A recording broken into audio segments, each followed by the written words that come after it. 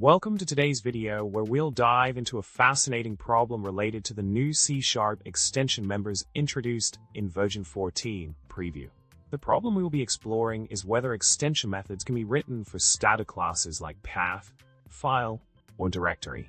It's a curious question that opens up possibilities for extending functionality in a unique way. Now, let's delve into the solution that was discovered for this intriguing problem.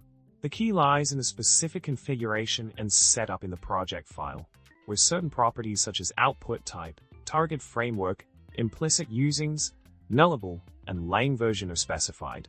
By enabling implicit usings and setting lang version to preview, we pave the way for defining extension methods for static classes. In the provided code snippet for the PathExtensions class, we see how extension for the path class are implemented.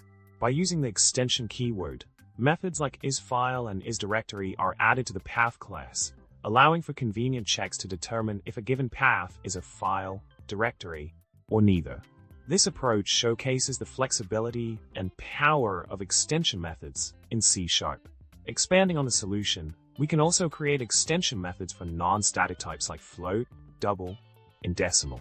In the examples shown, extensions for retrieving the value of pi for each data type are defined, demonstrating how extension methods can enhance the functionality of various data types in C#.